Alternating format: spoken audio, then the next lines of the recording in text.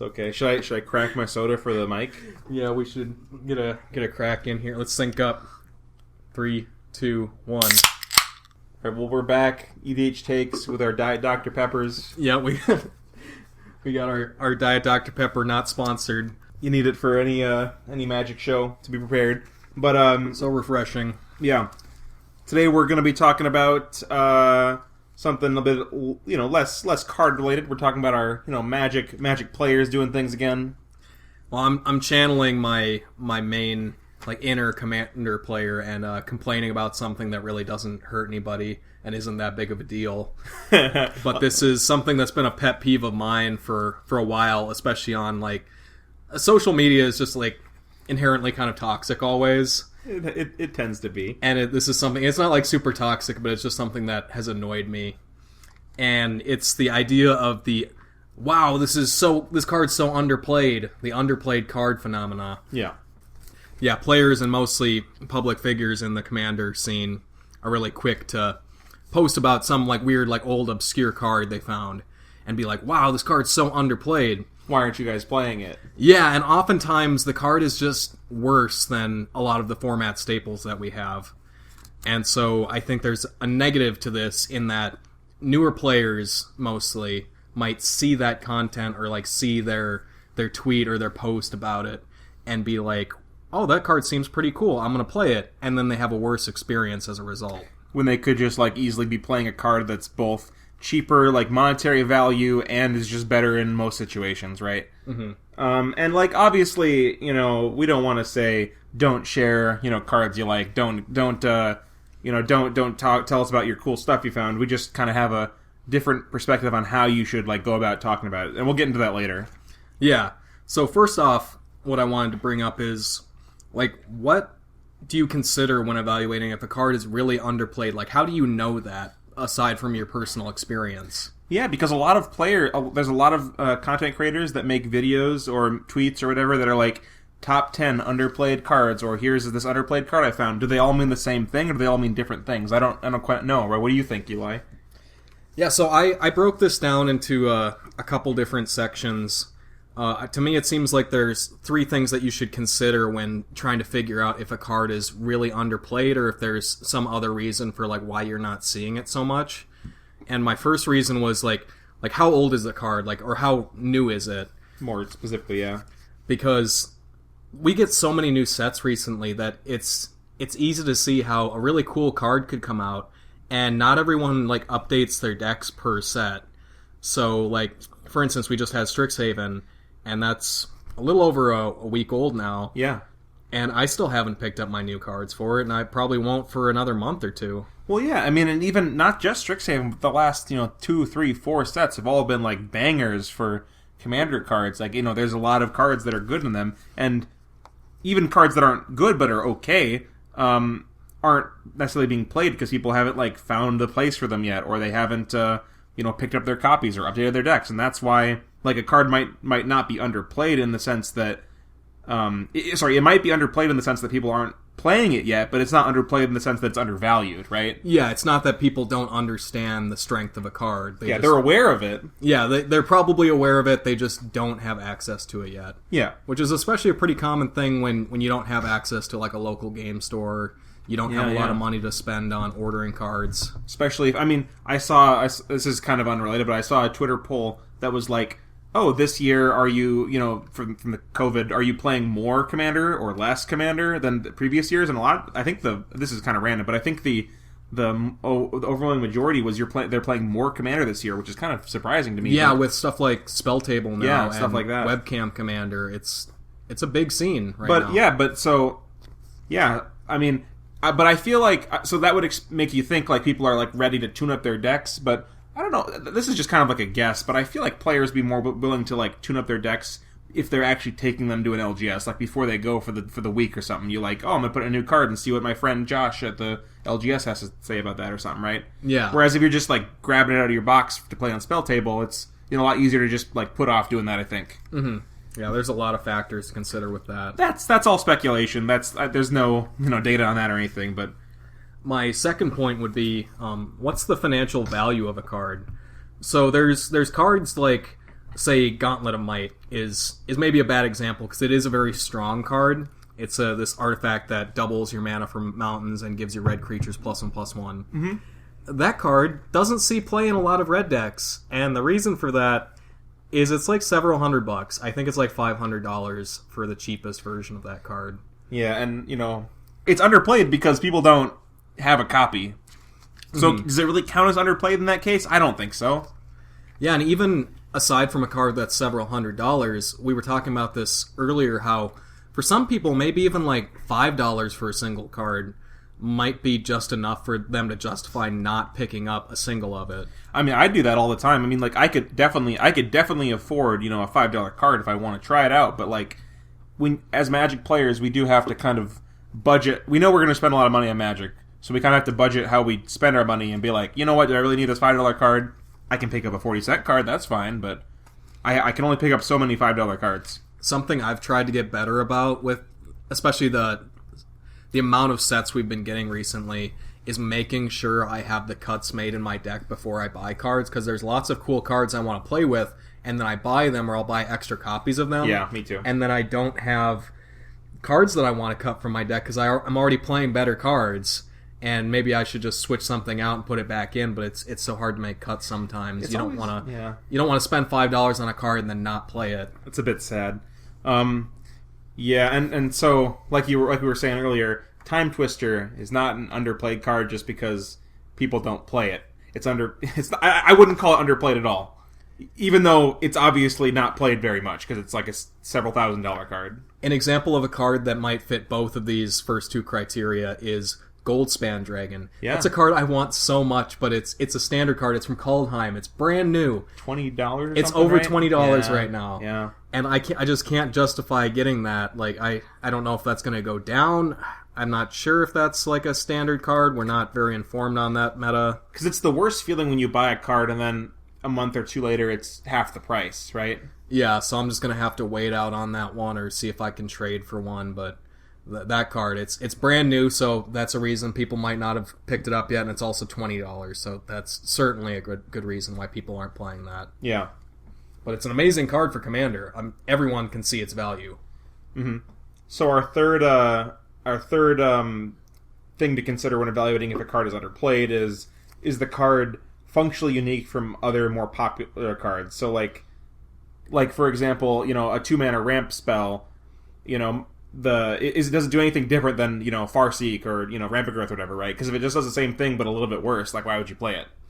Yeah, something that I don't think a lot of people consider when they're suggesting cards is that you do have a finite amount of slots in your deck, and just because you want to play one version of an effect doesn't mean you want to play every version of that effect. Yeah, for example, and a lot of people do this. I mean, you'll hear people talking about like deck building kind of rubrics or whatever. Not really a rubric, but like a template, I guess is what I'm trying to say. Yeah, template. Yeah, template. So like people say like, oh, you play like, some n number of single target removal, maybe 10 or whatever, right? You only have 10 options and you're going to play the 10 best ones you can. Like, it's really hard to justify putting in like one that's not very good, even if it could be like you could put it in your deck for fun, but like you can't really criticize someone for not taking out like an already good card in their deck for one that's probably worse. Yeah, another example I came up with was there's the card Plaguecrafter, which is out of all the 3-mana like Edict creatures, probably the most pushed one, and we're probably not going to see a better Plaguecrafter soon, I would think.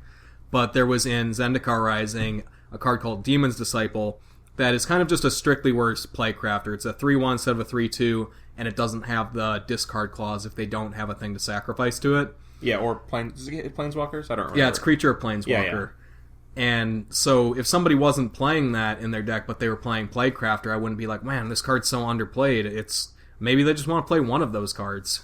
Yeah, or, I've got a deck that plays all 4 of them. Most decks do not want to play all 4 of them. So, and just because one of them is, the newest one, the least recognizable, doesn't mean that it's necessarily underplayed. I think people, play those kinds of effects, and they understand they're good. They just don't want all 4 of them. Yeah. Yeah.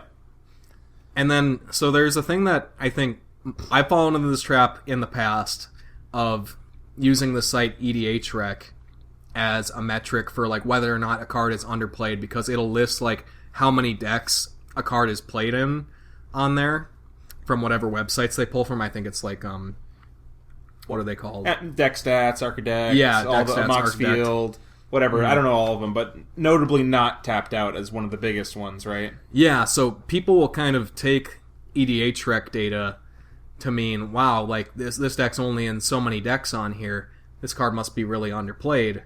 When that's not, that information isn't necessarily like 100% correct. Yeah, I mean, like I like EDHREC. I use it a lot. It's got a lot of uses for it, but I think people, tend to see it as what it's not, unfortunately. And that's a good example of that, Eli, where it kind of feels like a representation of the entire like Commander player base, but it's really, I don't think it's really like fair to assume that. Like, I think there was a oh god, what was it? There was a EDHREC cast episode where they talked about how this one deck had only 3 copies of this card, or sorry, only 3 decks had this card in it, and it's like, well, I mean, 3 decks on your website, that's only like certain. Yeah, 3 decks from EDHREC's data. Yeah, I should say. Yeah, and it's not even like it's a little bit can be misleading because it could be 3 decks. If, for example, for a new card, there's like hundreds of decks that were not updated since like 2019 or 2020 or whatever, right? That wouldn't have updated their deck list to put the new card in it, like at least on their deck building website, but they might have actually put it in their paper copy or not even updated it at all. So it's not really like necessarily like perfect data or whatever. Yeah, and like we said, they notably don't pull from Tapped Out, which is, as I understand it, the largest deck building website. At least historically it was, and I don't know if it is now or not, but it has a very large player base of people that continue to update their decks and put new ones on there. So they got a lot of people on there. Yeah, so you have the point that maybe they're not collecting all of the deck lists, but also at the same time, there's a thing that I've done, and I know that a lot of people do, where they'll make like a kind of a prototype deck list. Yeah. On a deck building site when they don't really have the cards. And that's treated the same way as a deck that someone builds in paper. That's one of the problems is decks that people will never build are treated exactly the same as a deck that people actually do build. And there's no way to really differentiate between the two, right? Yeah, just because there's a bunch of people on Archidect or one of those other sites building like very strong decks with like very expensive cards on them doesn't necessarily mean that like Jeweled Lotus is played in like 10,000 decks or whatever. Yeah, I mean, like I've even just like you copy a deck over and then change a couple cards just to like do a playtest or whatever, not even like with intentions to build the deck. And it's like I think unless I'm very mistaken about how EDHREC handles their deck collection, I think that's counted just the same way as a normal deck. Yeah, I think so. Yeah, I mean, could be proven wrong. I'm not assuming to know how they do all their stuff, but and obviously, for the most part, I think this data existing is better than if there wasn't any information. There's good value in EDHREC for sure. Yeah, but presenting it like it's gospel or it's fact, I think is a little questionable. I think we're gonna do an episode in the future where we do a more deep dive on EDHREC, because as you can tell we got a little bit of opinions on that. But that's for another day. We'll move on for now. Yeah, we'll tease that, and yeah, just wanted to get that in there. But yeah, overall, I do use EDHREC myself, and I would recommend it as well. Yeah, me too. It's a great website. Yeah, but moving on from that, one thing about Commander players is, and I think you and I are also involved. We also fit into this category. A lot of Commander players are very focused on feeling clever or feeling unique, and sometimes they even like make themselves have less fun. They compromise their game experience for the sake of like playing meme cards or avoiding like really strong cards, and that's fine and good and everything. But sometimes it can be bad when you incentivize new players to do that, because they might have a bad time and like stop playing altogether or just have less fun, in general. Yeah, this is a thing kind of in the Magic community as a whole, but mostly I've noticed it specifically in the EDH community, because we've talked before on an episode about how self-expression is a big part of EDH. Yeah, most important thing in my opinion. And so I think there's this extra little like obsession almost in the EDH community with finding and pointing out these quote like underplayed cards. And it's kind of along the lines of this, there's this stigma against staple cards or net decking in all like Magic formats, but specifically Commander, like people want to avoid playing so many staples. People see a primer or whatever and they're like, oh, I'm gonna make this my own, right? Yeah, and they want to kind of like feel like they've discovered something or they found the secret tech, and they're propping up these unknown cards. Yeah, and that nothing is wrong with this so far, by the way. So far everything's fine. People like doing these things and they should. It's fun.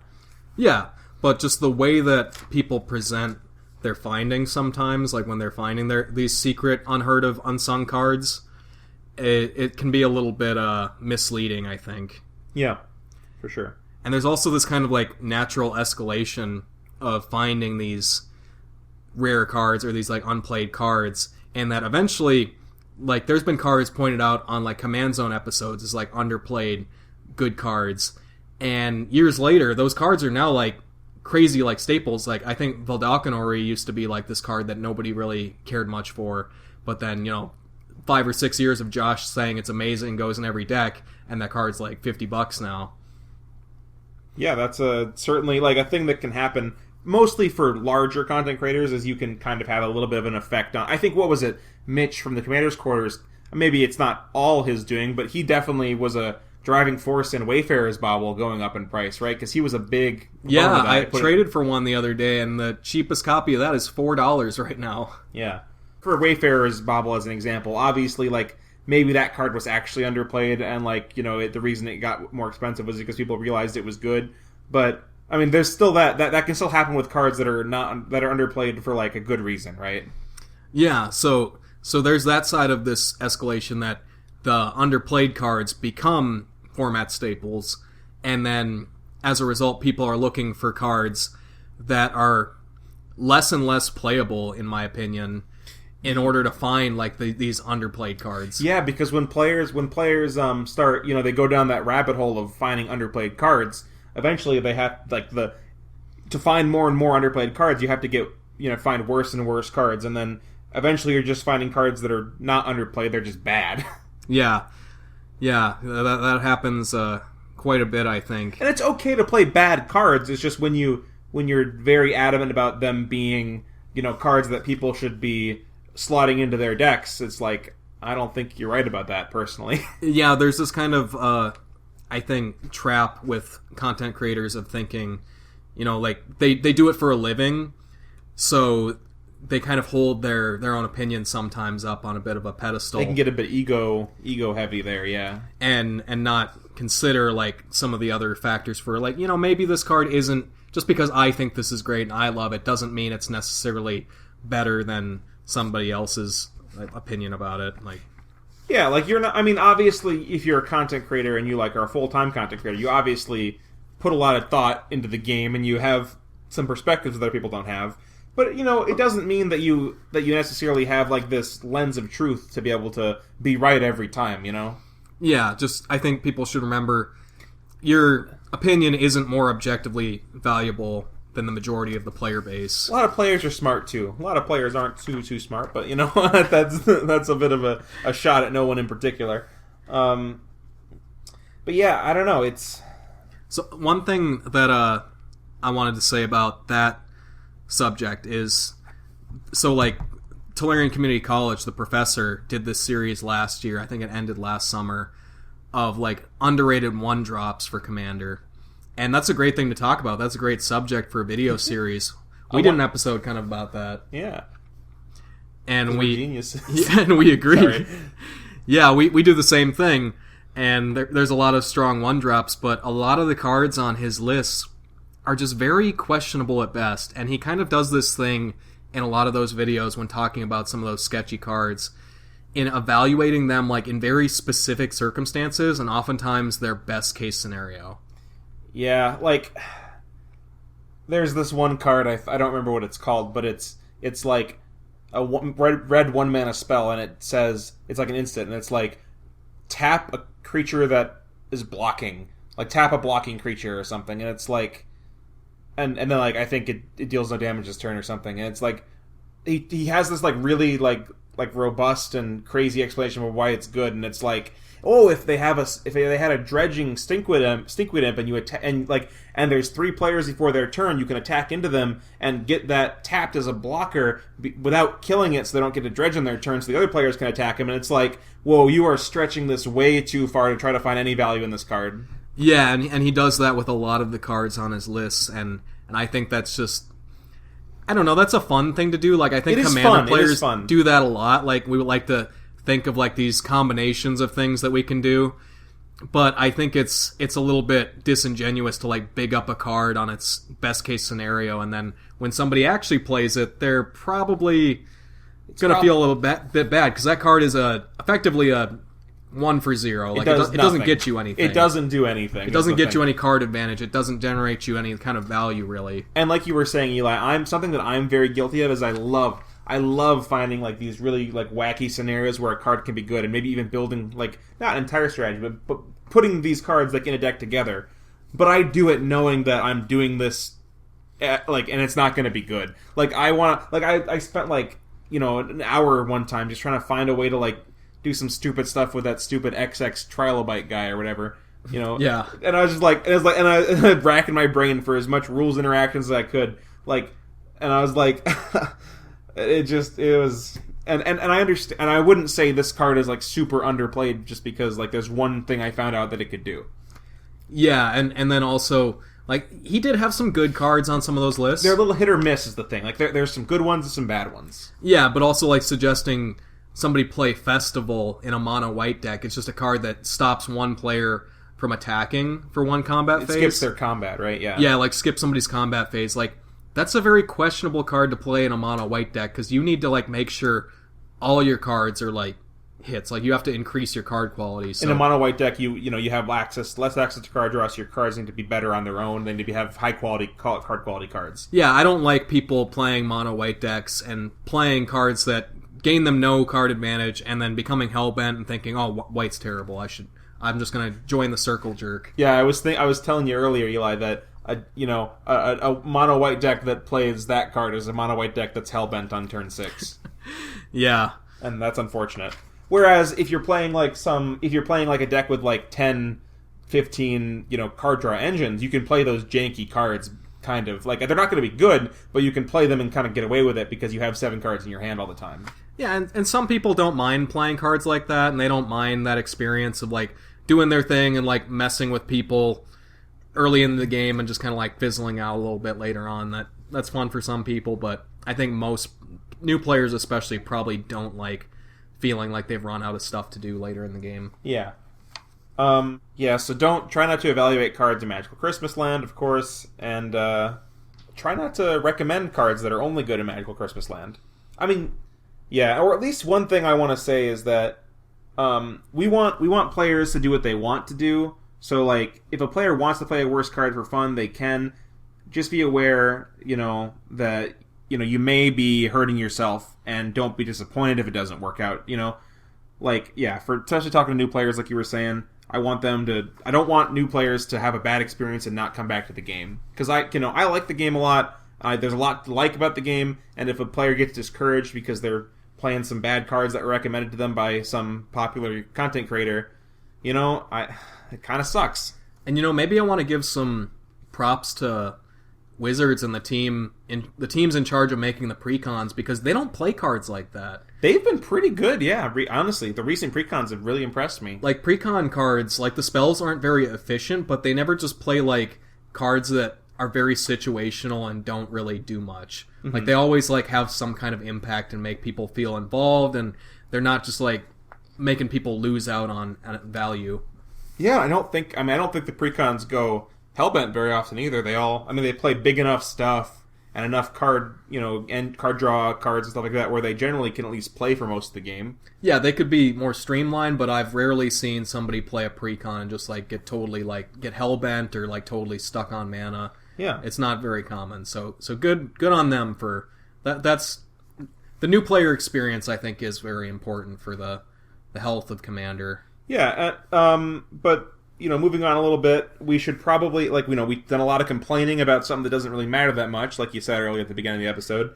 But maybe we should talk about is what should we do? How should we discuss underplayed cards? What do we suggest changes, if anything changes? Yeah, we shouldn't just, complain about something that people are doing and then just to complain about it. I think that maybe...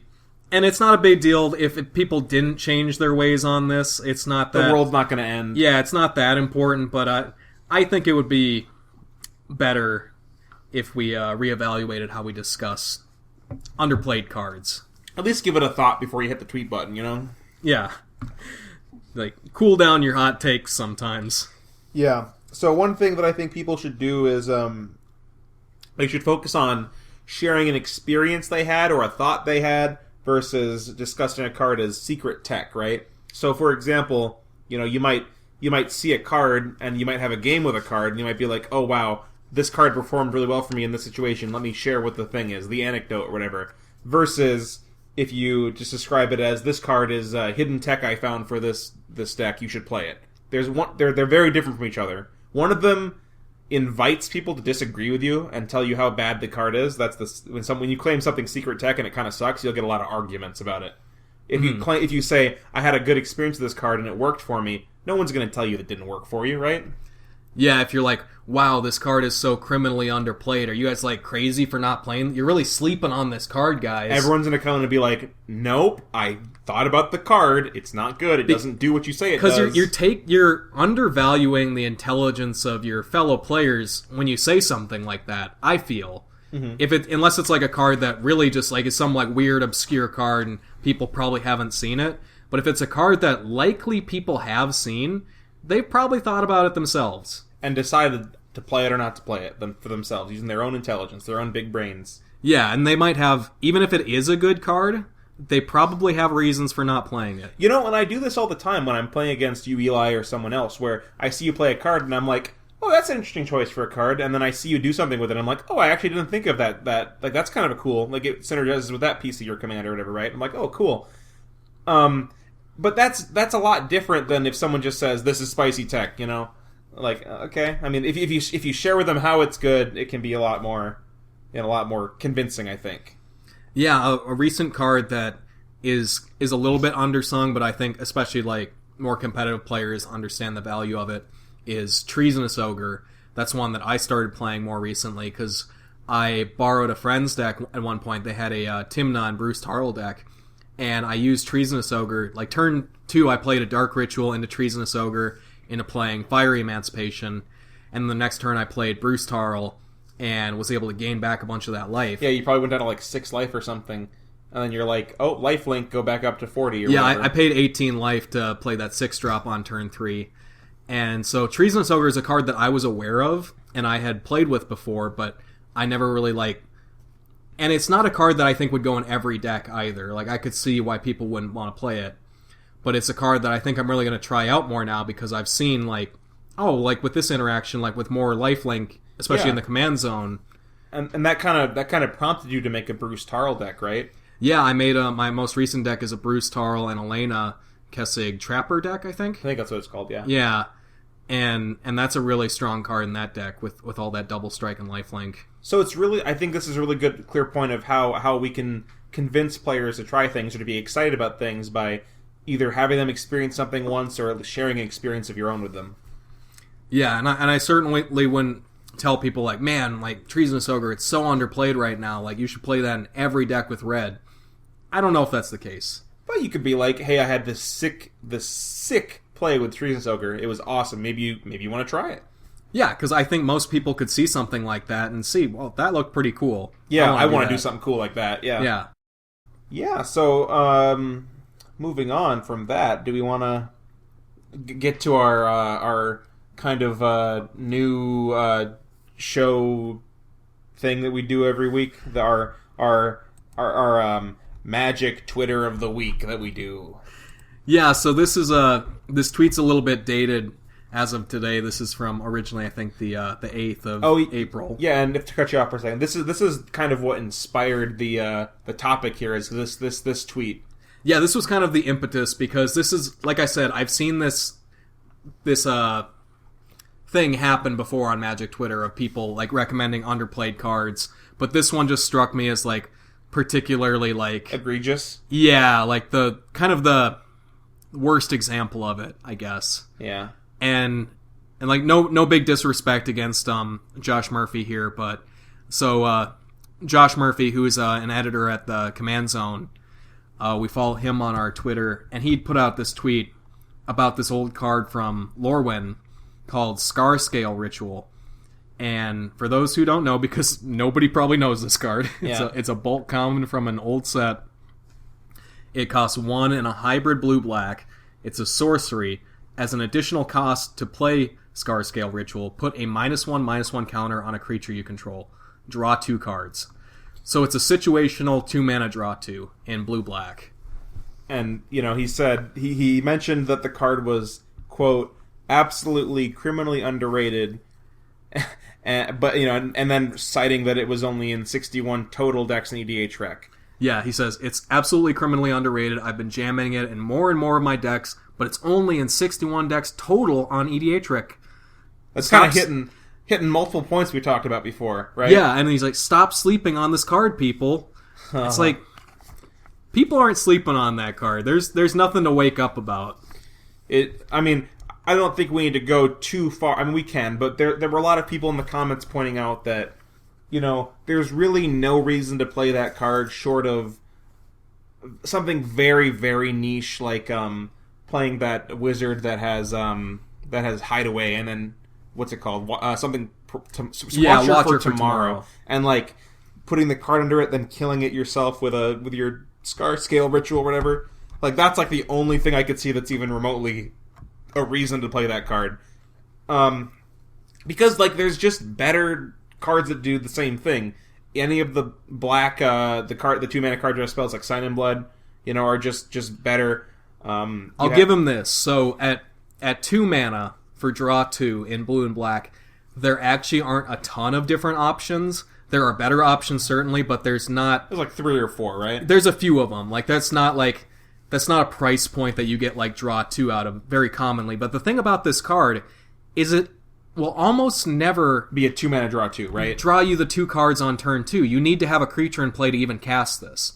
So what's your best case scenario? You play like your Viscera Seer turn 1. No, the best case scenario is you play like something that doesn't die, so like an Arboreal Grazer or something, and then you put a -1/-1 counter on it and draw 2 on turn 2. Yeah, because you have to have like a 1-drop that will survive the counter, because otherwise like you're card neutral, because this is only upping you 1 card anyway, so you don't want to kill what you're putting the counter on.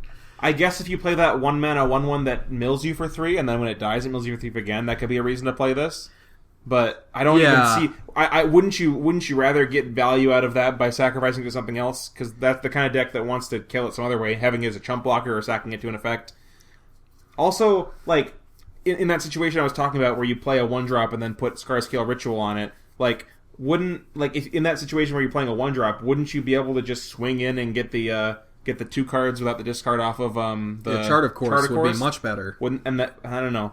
Night's Whisper, you're just always going to be able to play that on turn 2. Yeah, and this card, it does cost both, it is hybrid blue or black, so I guess it's got that little bit of like you can cast it if you draw, like let's say you draw two islands or 2 swamps, but like that's not a huge deal, and also it is able to go in less decks too, has to go in decks that, contain both blue and black. Well, and the thing about like 2-mana card draw spells is like what they're good for is hitting your land drops. You keep a 2-land hand and you can probably hit a land drop off that. Yeah. If you don't have a creature to play out for 2 mana, like you just can't use this. So it's just dead in your hand. It's just, and I feel like this is the kind of card that you'd see this tweet, you're a Command Zone fan, and you'd be like, oh, okay, I'm a new player, I'm going to try putting this in a deck and see how it goes. He mentions at some point that like it's really good when you put the -1/-1 counter on a Solemn Simulacrum, and people be like, oh, I got Solemn in my deck, let me try this card out, and then they like realize that it never does anything good in their deck, and they're like, oh, I actually just can't cast this on 2, and now I lose. Yeah, so this you're allowed to have like you can play the card and have fun with it. That's fine. And especially like on Magic Twitter and like us especially, like we like sharing cards we like, and you're allowed to have a bad take every once in a while. Everyone gets a pass. We're gonna have plenty of those coming up, I'm sure. We probably had plenty already. We're not immune from making mistakes and stuff like that, but it's just so egregious when you see absolutely criminally underplayed. You're sleeping on, stop sleeping on this card, yeah, people. So that's much hyperbole. That's a bunch of hyperbole, very confident, too, like, kind of like that. I mean, I'm not saying that Josh Murphy is, like, very, I'm not saying he's, like, has a big ego or anything. Not far from it. I would never say something like that. But it kind of comes across as, like, I am very high IQ. You guys are, you're not woke. Yeah, are you guys crazy for not playing this card? It comes across a little bit like that. And so, whatever, we could let that go. But then he comes back a week later with another tweet. And he tweets on April 13th, another day, another attempt to explain why Scarscale Ritual is good. It doesn't go in an aristocrat deck, people. Play Village Rites instead. It goes in a deck with value creatures. Throw the counter on Solemn or something. A -1/-1 counter is not the same as sacking a creature. Why? That's true, technically. But then somebody very cleverly responds... They say, I get you, but don't I actually want to sacrifice Solemn? Like, if that's the example you're using? Yeah. Because Solemn Simulacrum draws you another card when you sacrifice it, so that would actually be better than just putting a -1/-1 counter on it. And, I don't know, why do you want to draw 2 cards off of putting... I don't know why you want to do this versus like a Simon Blood or something. I mean, and the one that doesn't cost black. What's the one that's 1 in black? The Night's Whisper. Night's Whisper. Why wouldn't you just play a Night's Whisper? Why do you want to put a -1/-1 counter on one of your creatures? I guess maybe you're playing this in a deck that has Undying and you want to Undie again. I guess, but that wasn't mentioned. Maybe, yeah. That wasn't mentioned at all by Mr. There you Mr. go, Murph. though. That's something. There's something there. So yeah, like we could say he does have reasons aside from the ones that he mentioned. You gotta say them though if you're gonna make a tweet saying stop sleeping on the card. You gotta list the reasons.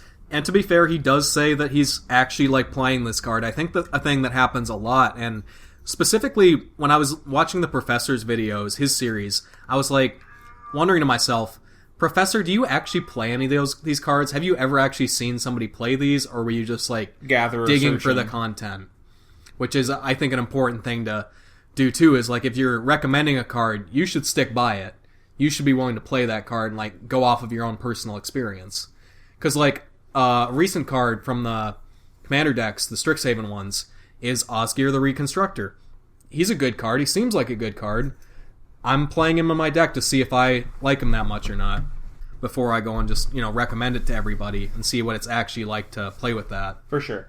And just to kind of put a pin in it there on about the Twitter topic, no disrespect for my boy Josh Murphy. He's a fun guy. I like him when he's on the podcast and stuff. We just gotta, we want to look for excuses to rant about things, and he was just this was a little bit of a roast, for him. Nothing against. Well, there's just a little bit of recency bias. He's like the most recent person to do something like this, so he just happened to be there. Yeah, I just don't want. I feel a little bad because we went a bit hard on him. But obviously, don't be rude to him or anything. We're not gonna have like a bad impression of him or anything. We just want to talk about this thing he did one time. Yeah, and like I said, like if he is just like playing this card, he's not wrong for doing that. You have the choice to play whatever you want. It's the thing like how he's saying it and presenting that opinion is like kind of being like, well, people are wrong for not playing this card more is what it comes across as. And the general idea of the show, I'd like people to move away from doing that. Just watch how you go about that a little bit more. Yep. I think that's about what we got. Do you have any final thoughts things you want to bring up, Eli? Mostly just try and think for yourself more. Like, don't always like take content creators like opinions at like their gospel and.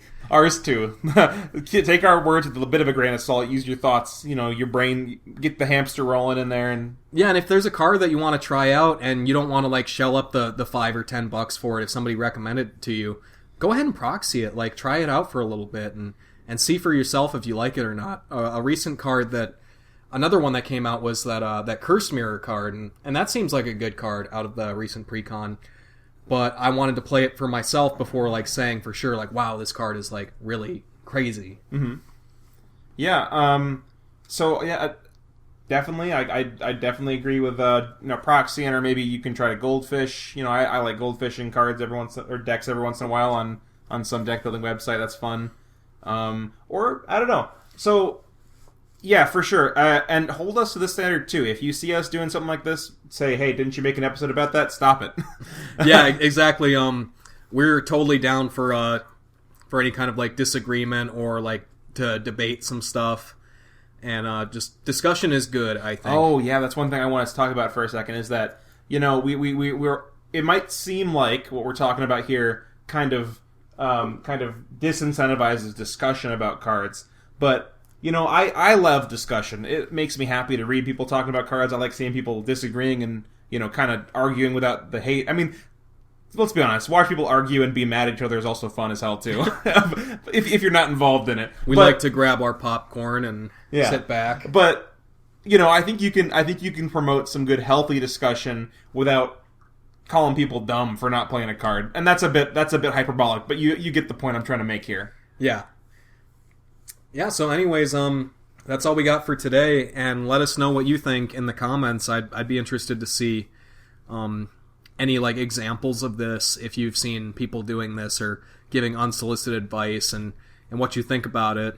Or if you have any cards that you think fit our underplayed criteria that you really want to share, some secret texts that you think are actually underplayed, I think comments, respectfully, are a pretty good way to do that. Where you're not you can do it in a way that you don't make people mad and stuff. So if you want to share, go for it. Yeah, let us know in the comments, or we'll try and maybe get more involved in discussions about cards like this on our Twitter. And yeah, give us a follow on Twitter. Subscribe to our channel. Twitter's at EDHTakes. I would personally be in the trenches in these comments arguing, but I'm too scared. I'm too scared of these Magic content creators. They're gonna bully me. I'm gonna get bullied off of Twitter. Yeah, we don't want to get blacklisted. We don't want to get blacklisted from game nights. No, it's mostly just that, like, oh, man, if I commented on something and disagreed with a professor tweet or like a Josh Lee Kwai tweet or something. I mean, they don't tweet.